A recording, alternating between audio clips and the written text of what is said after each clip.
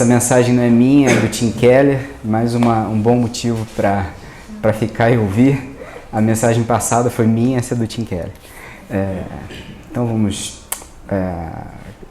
toda honra e glória seja dada ao nosso Senhor, espírito de reverência.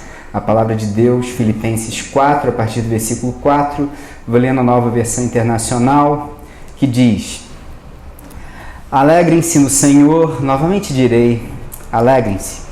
Seja a amabilidade de vocês conhecida por todos. Perto está o Senhor. Não andem ansiosos por coisa alguma, mas em tudo, pela oração e súplicas e com ação de graças, apresentem seus pedidos a Deus. E a paz de Deus, que excede todo entendimento, guardará o coração e a mente de vocês, em Cristo Jesus. Finalmente, irmãos, tudo que for verdadeiro, tudo que for nobre, tudo que for correto, tudo que for puro, tudo que for amável, tudo que for de boa fama, se houver algo de excelente ou digno de louvor, pensem nessas coisas. Ponham em prática tudo que vocês aprenderam, receberam, ouviram e viram em mim, e o Deus da paz estará com vocês.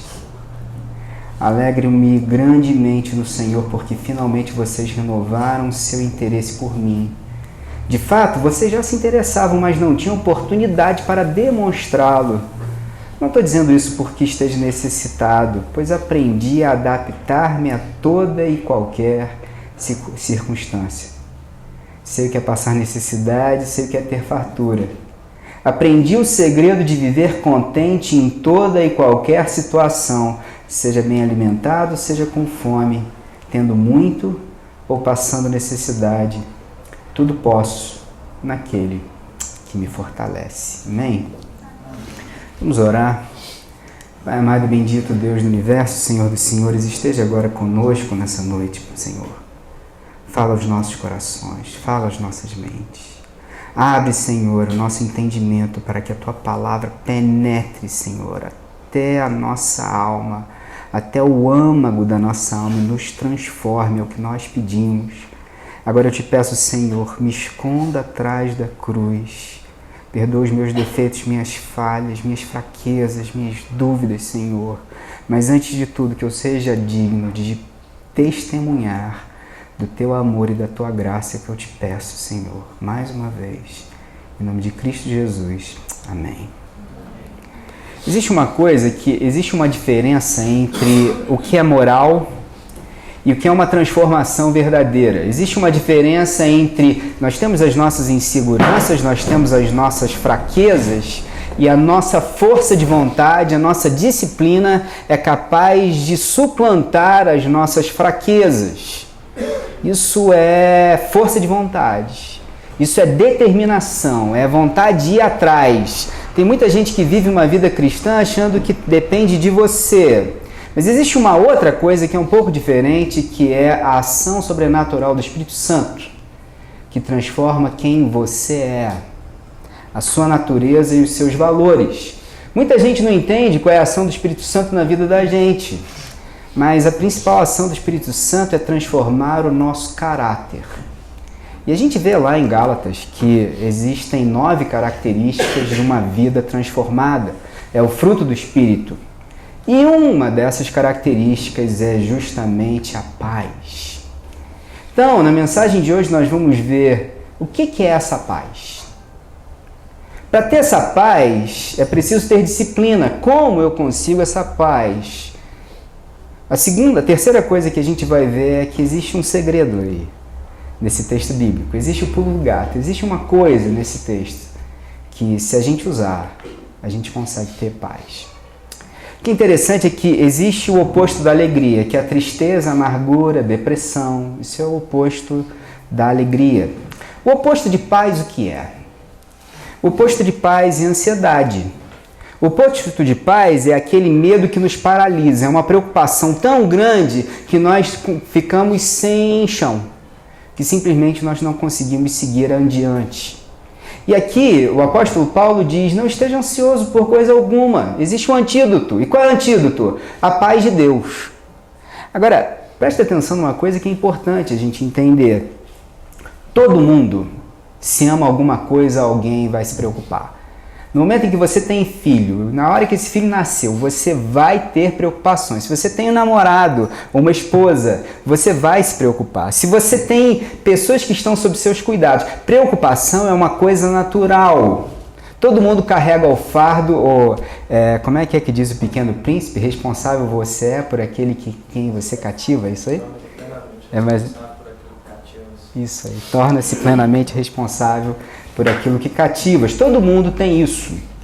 Mas aqui, o contrário da paz é a gente estar partido em pedaços, completamente fragmentado, a tal ponto que você fica sem ação. E existe um antídoto para isso, que é a paz de Deus. Mas a gente pode se perguntar o que é essa paz. E aqui existem duas coisas. A primeira é uma paz interior. É ter equilíbrio, é ter tranquilidade. É engraçado que a gente gasta dinheiro e recursos para conseguir ter paz. A gente briga com o namorado, vai fazer terapia. A gente sofre um insulto, a gente vai discutir a relação. A gente briga com o namorado, vai bater uma relação. A gente tá sem conseguir dormir, a gente toma remédio. A gente gasta tempo, recursos, esforços para conseguir a nossa paz. A gente vive gastando tempo, energia e recursos para ter paz e procurando maneiras de encontrar paz. Agora o apóstolo Paulo vira para mim e para você nesse texto bíblico e diz: eu posso ter prisão, eu posso ter tortura, eu posso ser apedrejado, eu posso passar por chicotes. É como se Paulo estivesse sorrindo na cara da sociedade. É como se Paulo dissesse para mim e para você que ele é durão. Mas o que é impressionante é que Paulo não é esse cara durão simplesmente porque ele nasceu assim. Eu sou assim, eu sou durão. Rambo não pode comigo. Ele não está dizendo isso. O que Paulo está dizendo aqui é que ele aprendeu. Ele nasceu com isso. Ele aprendeu. Ele está tranquilo e sem medo porque ele aprendeu. Será que a gente pode aprender também?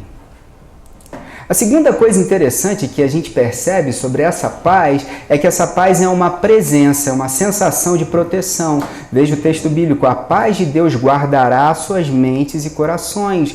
Guardará, aqui nesse texto, é isso mesmo, é colocar guardas em volta. Os que confiam no Senhor são como os montes de Sião que não se abalam, mas permanecem para sempre. Como em volta de Jerusalém estão os montes, assim é o Senhor em volta do seu povo. Não é assim que diz a Bíblia? Pois bem, a Bíblia diz aqui para mim que a paz do Senhor nos guarda. Nata, presta atenção como é que a gente faz quando vai dar um conselho para alguém que está passando por ansiedade. A gente vira para alguém e diz assim: pensa nisso não. Pense positivo. Não, nem pensa nesse negócio. Quem é crente diz: repreende isso no nome do Senhor Jesus. Quem é crente vai dizer: vai dar tudo certo. De alguma maneira a gente quer dizer que não vai acontecer. Pense positivo, repreende, esquece esse negócio. Mas aqui Paulo não está falando assim. Paulo não está dizendo esse tipo de conselho. Não é aqui a ausência de algo, mas é a presença de algo. Paz no cristianismo não é simplesmente expulsar ou repreender os maus pensamentos. Isso é alienação. Isso é negar que as coisas estão ruins, é não ser realista. Paulo aqui está dizendo para você: eu encaro a situação, eu enfrento as situações, mas mesmo em meio às situações difíceis, eu me sinto protegido. Eu me lembro quando Davi teve esse problema de osteomielite, a gente ainda não tinha certeza do que era, a gente foi para BH e eu me lembro que o médico disse: eu queria conversar com o pai pelo telefone. O médico ainda não tinha chegado. Ele virou e disse assim: olha, pelas fotos que eu estou vendo, existem duas possibilidades. Pode ser osteomielite, que é uma coisa séria, que é cirúrgico, mas pode ser ainda uma coisa mais séria, ele pode ter um tumor. E se for isso, pai, você vai ter que estar preparado. E nesse momento, eu não sei porquê, mas a paz de Deus, que excede todo entendimento, me protegeu a ponto de eu saber que haja o que houver, fosse o que acontecesse, a paz de Deus me guardava, porque Deus é bom, porque a sua vontade é boa, perfeita e agradável, e Deus sabe o que faz, e haja o que houver, eu me sujeito à vontade de Deus. Quando a gente é abandonado, a gente perde o chão. É como se a gente tivesse completamente desguarnecido, mas veja, o que a Bíblia está dizendo é que quando Deus está presente nas nossas vidas, nós não nos sentimos abandonados, nós temos um sentimento de proteção, e é disso que Paulo está falando para você e para mim. Eu posso passar pela prisão e eu estou cantando hinos a Deus. Eu posso ser apedrejado, mas eu continuo resiliente. Eu posso sofrer tortura, eu posso ser traído, podem falar mal de mim, mas haja o que houver, a presença de Deus me protege. E ele diz, isso pode ser aprendido. Existe uma maneira, isso é disciplina. Como eu posso aprender a ter essa paz? E o apóstolo Paulo fala para a gente aqui 3 coisas. Pensando, agradecendo e amando. Coisa estranha, pensando, mas é exatamente isso que ele fala. Veja o texto bíblico. Tudo que for verdadeiro, tudo que for nobre, tudo que for correto, tudo que for puro, tudo que for amável, tudo que for de boa fama, se houver algo de excelente ou digno de louvor, pensem nessas coisas. O significado de pensar aqui, no palavra, no grego, é meditar incessantemente, é remoer, é ruminar, é deixar que essa coisa não suma da sua cabeça, é pregar na sua testa, é pregar no seu braço, é colocar no umbral das suas portas. É falar ao seu filho andando no caminho, antes de comer, é o tempo todo. É manter essas coisas na sua mente, incessantemente. É literalmente pensar nisso sem cessar. Vamos olhar para as 3 primeiras coisas que ele fala. Verdadeiro, nobre e correto. Tudo que é verdadeiro, nobre... Peraí. Isso é meio vago, não é? Isso é meio genérico. É porque Paulo, quando fala de tudo que é nobre, tudo que é verdadeiro e tudo que é correto, ele especificamente está falando de alguma coisa. Ele está falando especificamente de doutrina. Quando Paulo usa essas palavras, ele se refere à doutrina. Me lembra uma menina que vinha aqui no café, ela veio algumas vezes no Café com Açúcar, meio doidona. Disse assim, qual é a doutrina da igreja de vocês de calça comprida? Eu disse, não. Olha, doutrina é uma palavra no grego que significa ensino. Ela não entendeu nada que eu falei, eu sei disso, tanto que ela não está aqui. Mas o fato é que o que Paulo quer dizer para mim e para você é qual é o ensino da palavra de Deus. Como eu posso ser restaurado por Cristo Jesus? Como eu encontro perdão? Como eu sou capaz de amar os meus inimigos? Como eu sou capaz de amar a quem me maltrata? Como eu posso ter compromisso com Cristo Jesus e servir ao reino de Deus? Aí ele diz, você quer ter paz? Você tem que pensar na doutrina. Você tem que pensar em como Deus muda a sua visão de mundo. Estranho, não é? Vamos olhar para como o mundo ensina a gente a tratar a nossa ansiedade. Você vai pegar qualquer livro de autoajuda, qualquer livro por aí sobre como você lida com a sua ansiedade, você vai encontrar as grandes perguntas do tipo, qual é o sentido da vida? De onde viemos? Para onde vamos? Não, nenhum livro ensina isso, nem vai tocar nesses assuntos, parece que isso é irrelevante. O que esses livros vão ensinar para mim e para você? Como lidar com a sua ansiedade? Ele vai ensinar técnicas, maneiras, esquemas, maneiras de lidar com a sua ansiedade, técnicas de relaxamento, técnicas de meditação, como encontrar o equilíbrio entre carreira e trabalho, como administrar o tempo, como lidar com o seu dinheiro, como pagar as suas dívidas, como elencar prioridades, como traçar metas. É assim que o mundo ensina você a lidar com as suas ansiedades. E você me perguntar, mas por que técnicas? Por que as grandes questões não importam? E há uma palavra de Darwin, que é o Charles Darwin, da teoria da evolução, que diz algumas coisas que lançam luz. Ele diz o seguinte, o homem que não possui a crença segura e presente a um Deus pessoal, ou numa existência futura com julgamento e recompensa, só pode ter como regra de vida, até onde eu posso ver, diz Darwin, seguir apenas aqueles impulsos ou instintos que são mais fortes ou que lhe parecem os melhores. Existe um outro texto de um jurista americano, esse texto ficou muito famoso, é Oliver Wendell Holmes Jr. Ele serviu na Suprema Corte Americana no início do século XX e ele diz o seguinte, ele escreveu numa correspondência ao seu amigo, acredito que não exista uma diferença intrínseca entre um ser humano, um babuíno ou um grão de areia. O mundo, ou a natureza, se você quiser, produziu tanto a mim como a uma cascavel, mas eu mato a cascavel se eu tiver chance. Assim como eu mato mosquitos, ou baratas, ou assassinos, ou moscas. Assim como eu mato um assassino. Meu único julgamento é que eles são incompatíveis com o mundo que eu desejo e o tipo de mundo que tentaremos construir de acordo com as nossas forças. O que isso tem a ver comigo ou com você? Engraçado que esse texto deu muito pano para manga, porque afinal é um jurista da Suprema Corte Americana justificando assassinar uma pessoa. Mesmo que ela seja má, é um ser humano. Mas o que é interessante é que para esse Holmes, nós somos frutos de forças aleatórias, não dá um ser supremo. A vida não é sagrada, como nós entendemos. Então, o certo e o errado dependem do observador. O certo e o errado dependem das circunstâncias, ou dos conceitos de uma sociedade, ou da sua experiência. O que é certo e errado? Depende das circunstâncias. Existe um perigo em você olhar para as circunstâncias, para as experiências ou para uma sociedade e dizer que elas ditem para a gente o que é certo e errado. Por exemplo, experiências. Ninguém pode dizer que viveu o suficiente para dizer assim, eu sei o que vai acontecer. Eu tenho tanta experiência que eu sei quais serão os desdobramentos futuros das minhas ações. Todo mundo entendeu?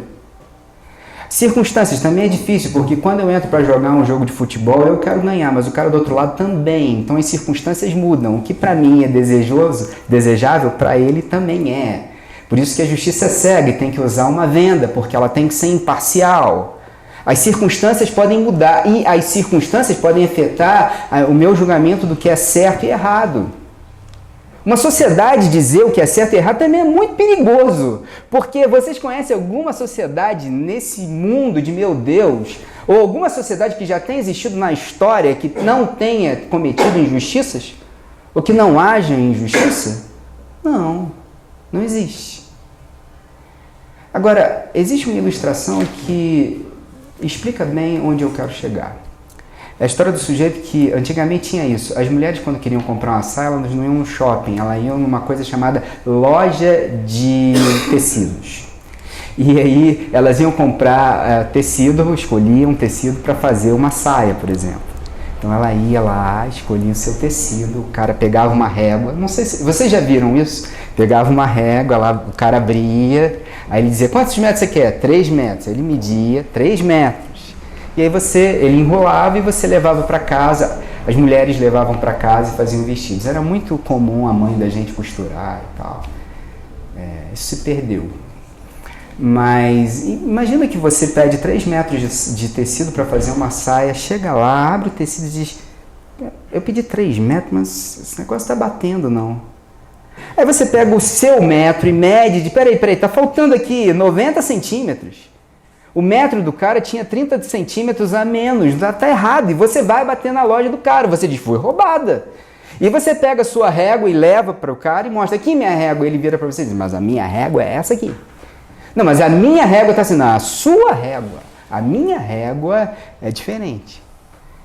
Convencionamos, todos nós, e vocês que são engenheiros sabem, convencionamos que existe uma régua padrão. Essa ideia foi inventada há muitos anos atrás. Sabe qual é o nome dessa régua que é o padrão? Chama-se cânon, do latim. Sabe o que também nós, cristãos, chamamos de cânon? A Bíblia. A Bíblia é nosso cânon. A Bíblia é a nossa regra de conduta e fé. A Bíblia dita pra gente o que é certo e errado. Nós não devemos impor aos outros o que é certo e errado. Mas se alguma coisa contraria o nosso cânon, essa coisa não pode passar. Isso traz consequências profundas sobre quando a gente quer encontrar paz. Porque, veja, você pode aplicar técnicas e conseguir paz. Mas se você não pensar nas implicações, se você não pensar em como as suas técnicas afetam as grandes questões, você talvez esteja ferindo os seus princípios e valores. Vou dar alguns exemplos de aborto.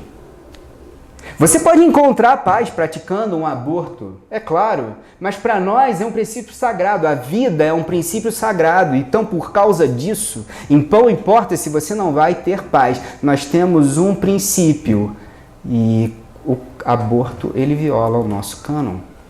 Você pode virar para alguém e dizer, mas eu vou em busca da minha paz, eu vou em busca do meu grande amor, vou largar meus filhos e minha esposa e vou por aí em busca do meu grande amor.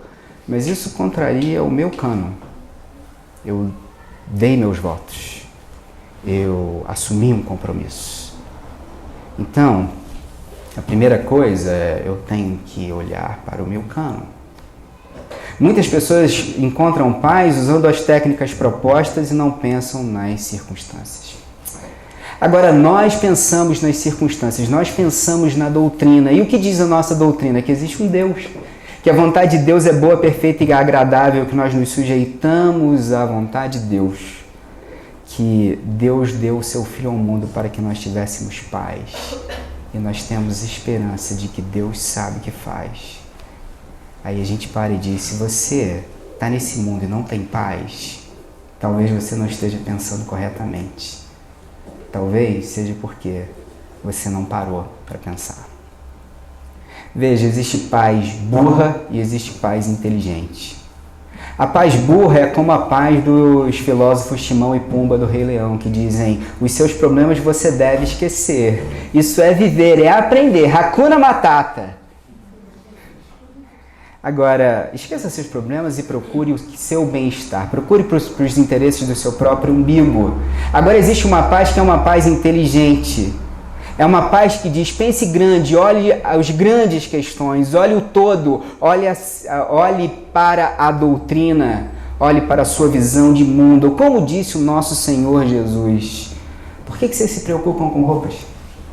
Vejam como crescem os lírios do campo, eles não trabalham nem tecem, contudo eu digo que nem Salomão, em todo o seu esplendor, vestiu-se como eles.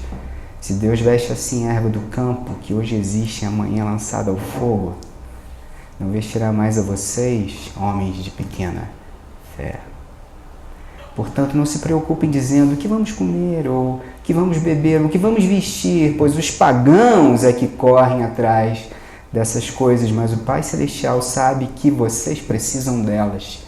E ele vira para mim e diz, busque então em primeiro lugar o reino de Deus e a sua justiça, e todas essas coisas vos serão acrescentadas. Não é isso que Paulo está me ensinando? Tudo que for correto, tudo que for justo, nisso pensai. É exatamente isso. Paz inteligente é uma paz que pensa. E se você aprendeu a disciplina de pensar, deve agora aprender a disciplina de agradecer.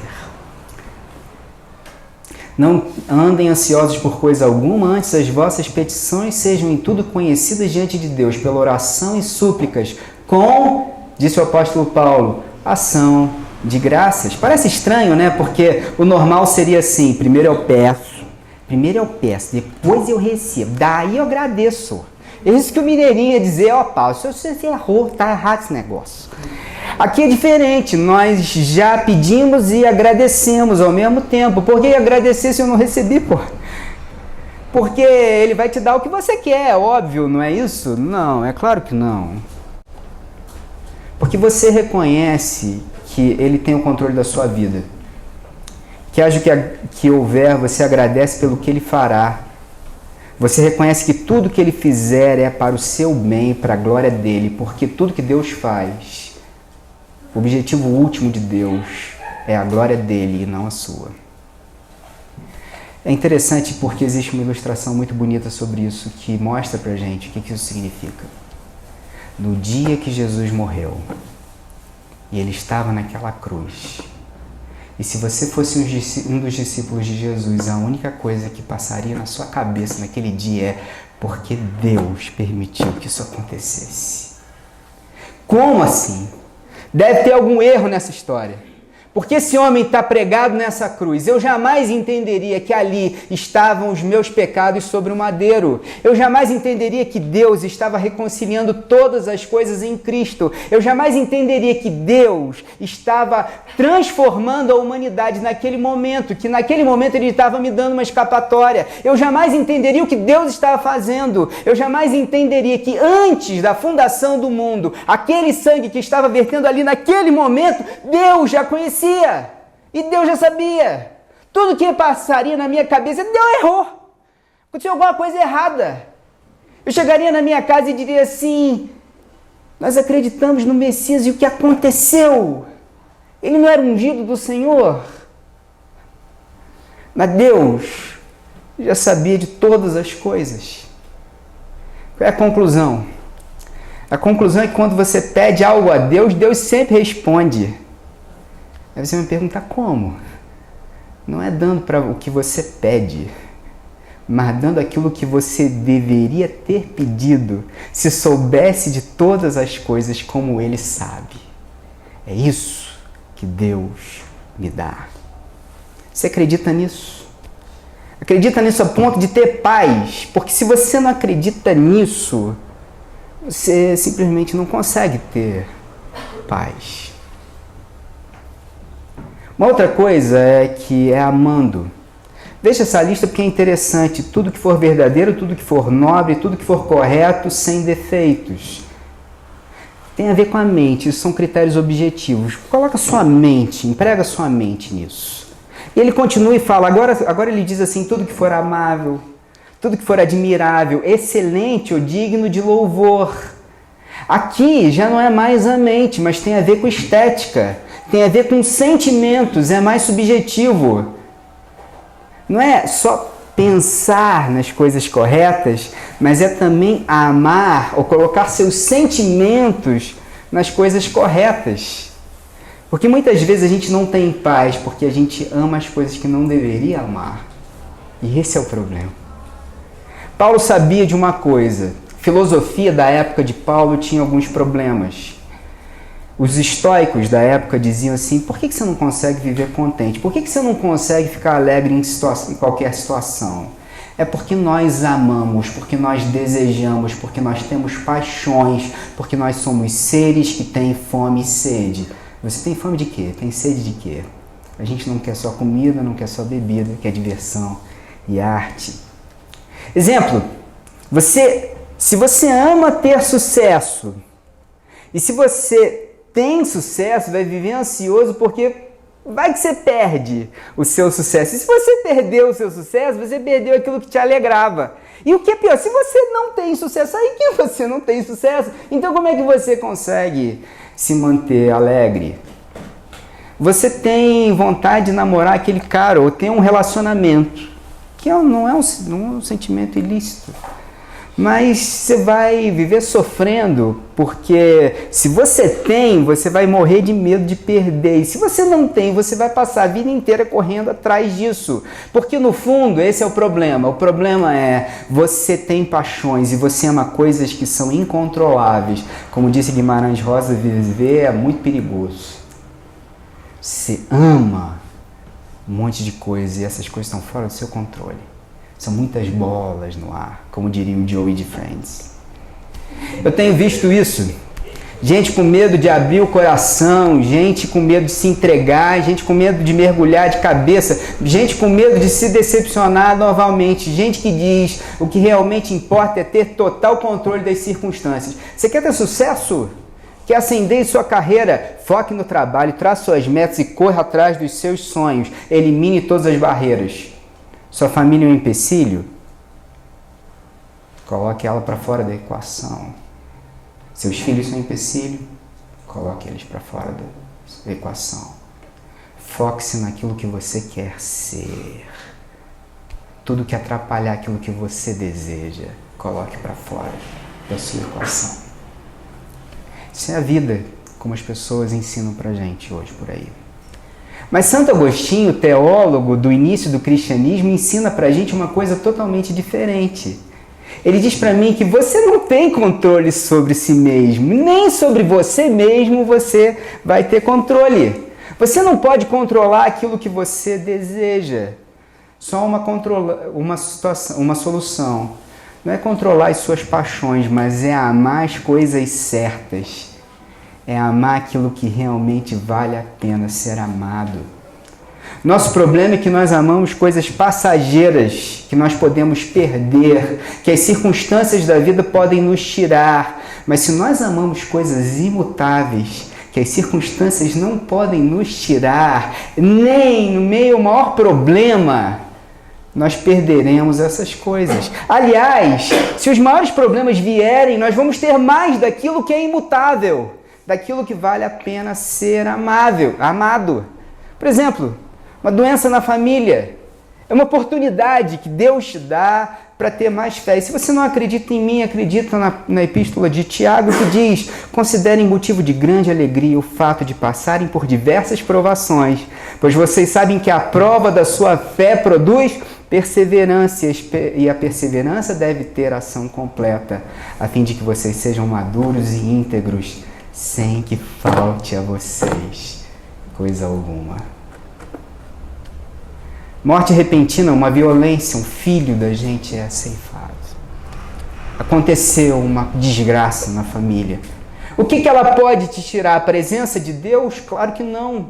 Pode tirar essa pessoa que morreu da presença de Deus? Não, ao contrário. Ela vai receber mais da presença de Deus e do amor de Deus. Pois o apóstolo Paulo, em Romanos 8, deixa isso muito claro ao dizer: pois eu estou convencido de que nem a vida, nem anjos, nem demônios, nem o presente, nem o futuro, nem quaisquer poderes, nem altura, nem profundidade, nem qualquer outra coisa na criação será capaz de nos separar do amor de Deus que está em Cristo Jesus, nosso Senhor.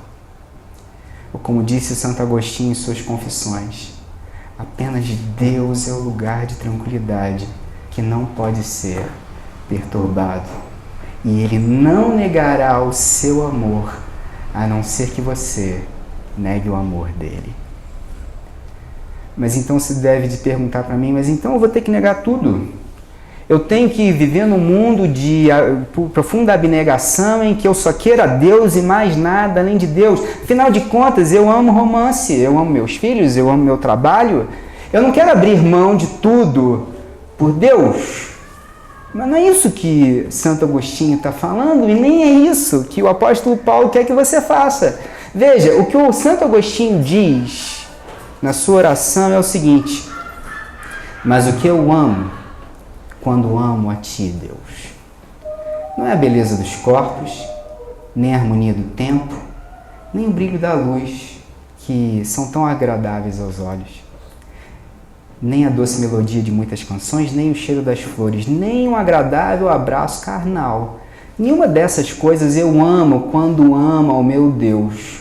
Mas ainda assim, eu amo uma certa luz, um som, um cheiro, uma comida, um abraço, ao amar meu Deus, que é a luz, o som, o cheiro e o abraço do meu ser interior.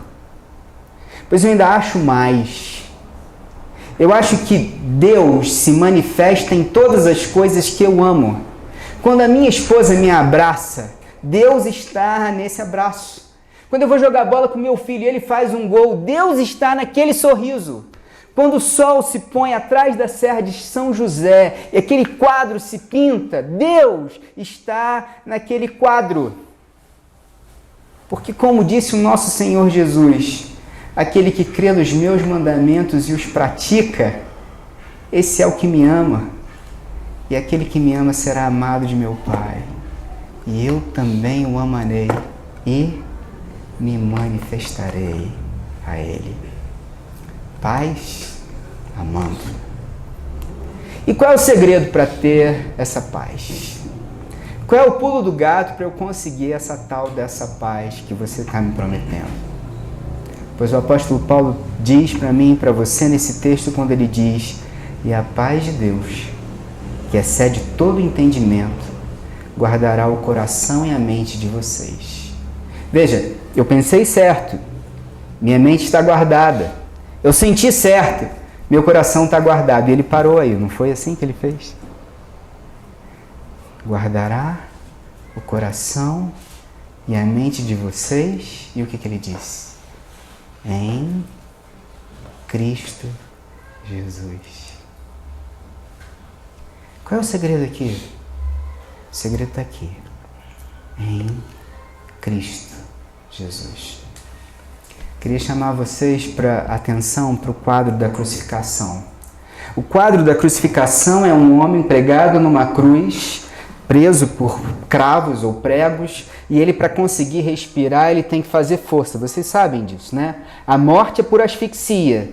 A morte é um esforço, é uma luta para se manter vivo. E o diafragma fica comprimido. E se você faz um pouco de força, você deixa que o ar entre.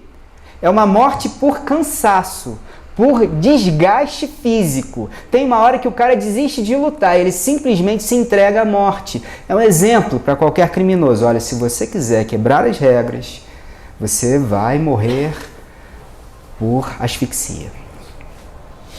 E o que é interessante é que Jesus, enquanto ele está pregado na cruz, ele tem que fazer isso. Ele está lutando para se manter vivo, mas existe um momento, instantes antes dele morrer, em que ele grita para mim, para você, na Bíblia diz: Deus meu, por que me abandonaste? Aí você para pensar e diz: poxa, Deus disse que Ele é o seu Filho amado em quem Ele tem prazer, que Ele estaria com Ele em todos os momentos da sua vida. O Espírito do Senhor está sobre mim, porque Ele me ungiu a levar boas novas. E é no último momento, aquele momento que Ele mais precisa. Cadê essa paz que o apóstolo Paulo falou? Que guardará as nossas mentes e os nossos corações. Por que Deus não guardou o seu Filho nesse momento?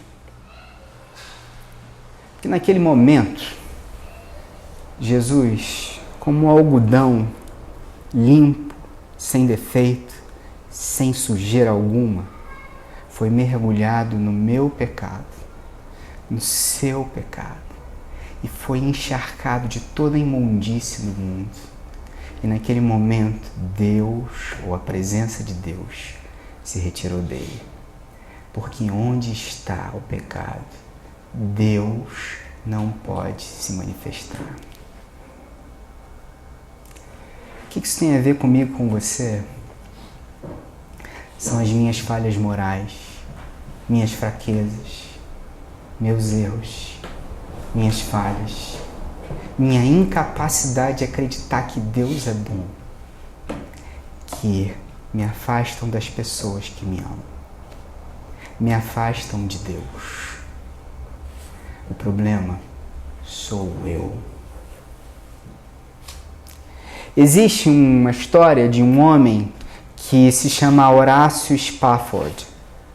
Ele era um americano que perdeu tudo. Ele investiu em imóveis na Chicago, que houve um grande incêndio, ele perdeu tudo.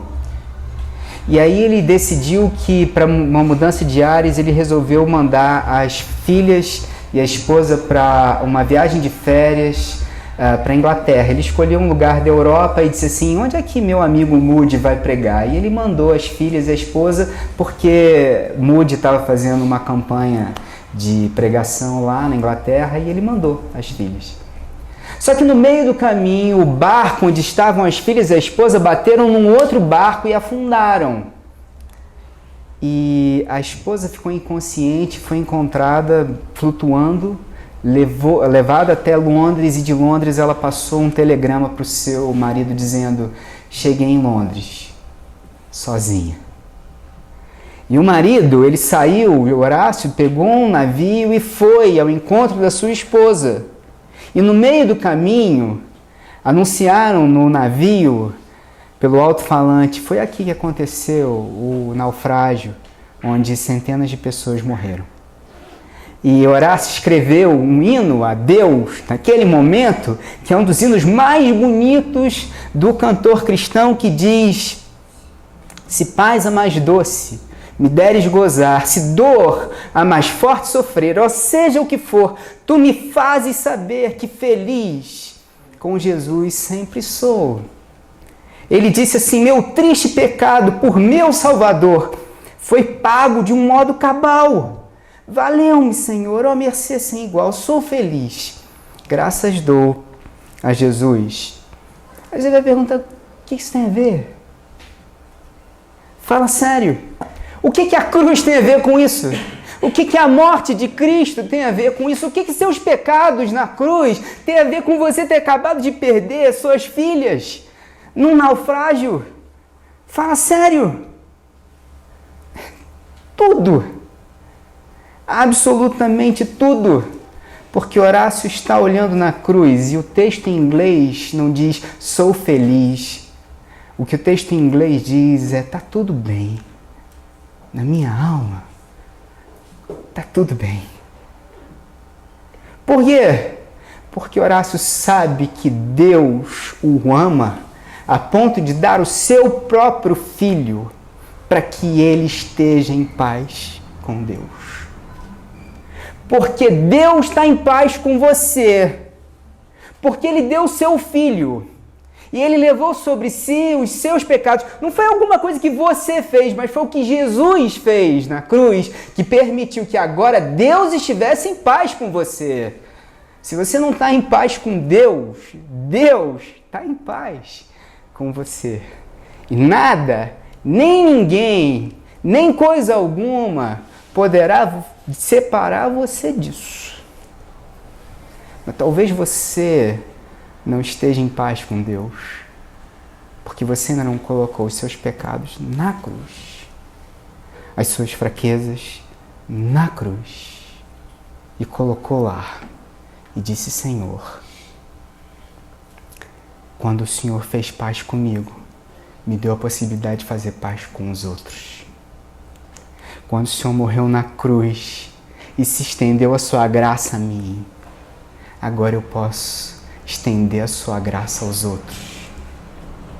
Porque aquele que nem mesmo ao seu próprio filho poupou, antes o entregou por todos nós, como não nos dará também com ele todas as coisas? Você não está em paz com o seu marido ou a sua esposa? Você precisa primeiro colocar os seus pecados naquela cruz.